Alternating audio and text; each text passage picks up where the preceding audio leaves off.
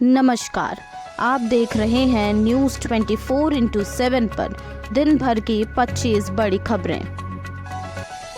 Railing तोड़कर railway track पर गिरी बस, 4 की मौत। राजस्थान के दौसा में एक बस पुल की रेलिंग तोड़ते हुए सीधे रेलवे ट्रैक पर जा गिरी। इस हादसे में 4 लोगों की मौत हो चुकी है, जबकि 24 लोग घायल हुए हैं। गंभीर रूप से घायल 5 मरीजों को जयपुर रेफर कर दिया गया है। इजराइल ने गाजा पट्टी के 2 टुकड़े किए। नेतन्याहू बोले, जब तक जीतेंगे नहीं, रुकेंगे नहीं। हमास इजराइल के जंग के 31वें दिन इजराइल ने गाजा पट्टी को 2 टुकड़ों में बांट दिया है। इजरायली सेना ने अस्पतालों के आसपास भारी बमबारी की है। गाजा में इंटरनेट सर्विस को पूरी तरह से बंद भी कर दिया गया है। अमेरिका ने मिडिल ईस्ट में अपनी कमान पनडुब्बी पर भेजी है।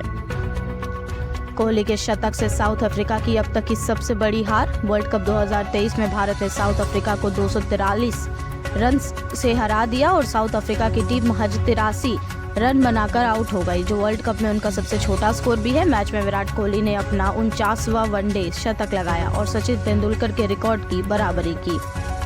दिल्ली एनसीआर में जहरीली धुंध की मोटी चादर, केजरीवाल ने बुलाई बैठक। दिल्ली एनसीआर में जहरीली धुंध की मोटी चादर छाई हुई है। राष्ट्रीय राजधानी में बढ़ते वायु प्रदूषण के स्तर को देखते हुए दिल्ली सरकार ने कक्षा 5 तक के सभी स्कूलों को 10 नवंबर तक बंद कर दिया है।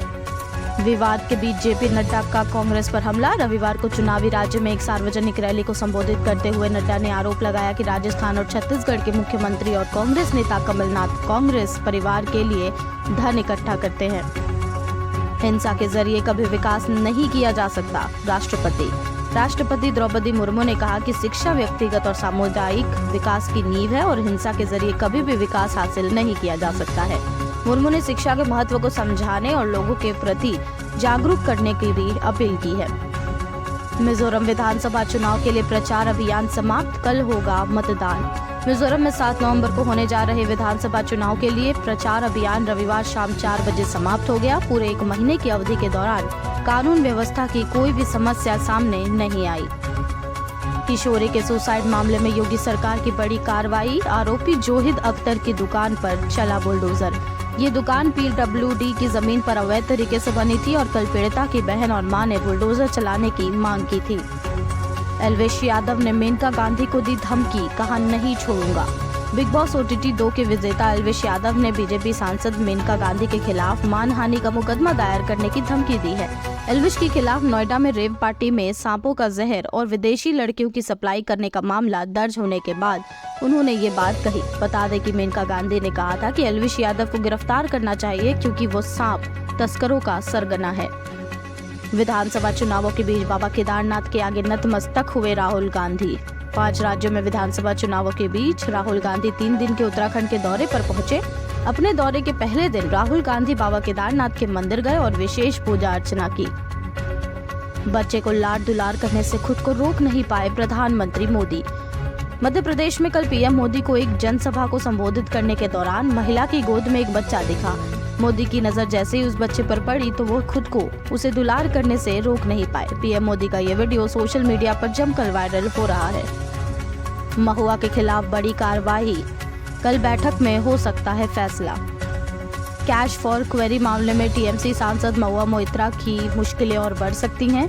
लोकसभा की आचार समिति ने अपनी जांच पूरी कर ली है। माना जा रहा है कि महुआ पर बड़ी कार्रवाई भी हो सकती है। आज से शुरू होगी इलेक्टोरल बॉन्ड की बिक्री। सुप्रीम कोर्ट ने चुनाव आयोग को निर्देश दिया है कि वह 30 सितंबर तक सभी राजनीतिक दलों को चुनावी बॉन्ड के माध्यम से मिले धन की डिटेल सील बंद लिफाफे में अदालत में जमा करें। इस बीच 5 राज्यों में विधानसभा चुनाव से पहले चुनावी बॉन्ड की बिक्री आज से खुलेगी। आगामी विधानसभा चुनावों के लिए पार्टियों की सूची जारी। बता दें, चुनावों में नामांकन करने का आज आखिरी दिन है। संदीप दायमा को निष्कासित करने के लिए सिख समाज ने की थी मांग। दायमा ने फैसले को स्वीकार करते हुए, मैं पार्टी की ओर से दिए गए फैसलों को स्वीकार करता हूं। दिवाली से पहले यूपी के बिजली बकायेदारों को बड़ा तोहफा। उत्तर प्रदेश पावर कॉर्पोरेशन ने बिजली का बकाया बिल वसूलने और बकायेदार बिजली उपभोक्ता को ब्याज में 100% छूट देने के लिए OTS की शुरुआत की है।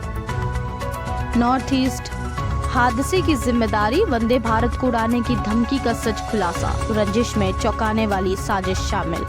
बक्सर में हुए नॉर्थ ईस्ट एक्सप्रेस ट्रेन हादसे की जिम्मेदारी लेने और वंदे भारत राजधानी एक्सप्रेस जैसी ट्रेनों का भी ऐसा ही हश्र करने की धमकी के नाम पर 1.5 करोड़ मांगने वाली चिट्ठी का राज जानकर पुलिस भी चौंक गई। एक शिक्षक ने यह साजिश रची थी। अमेरिकी कोशिशों के बाद भी लड़ाई बढ़ने का खतरा बढ़ा। इजरायली हमले में लेबनान में 4 की मौत।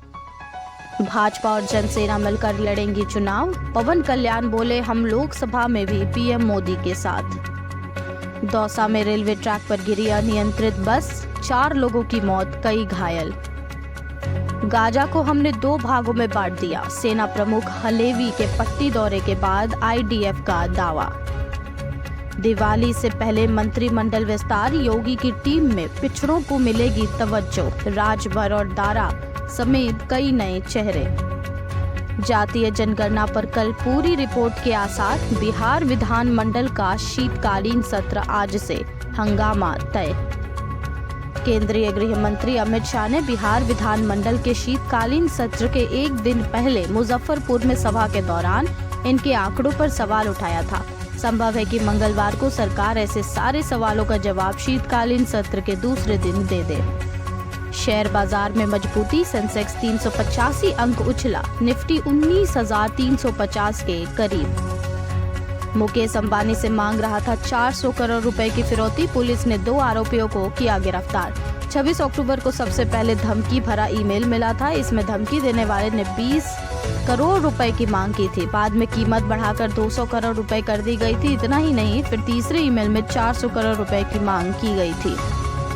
खबरों का सिलसिला यहीं समाप्त होता है। देश दुनिया की बड़ी खबरें लेकर कल हम फिर हाजिर होंगे। तब तक देखते रहिए न्यूज़ 24/7।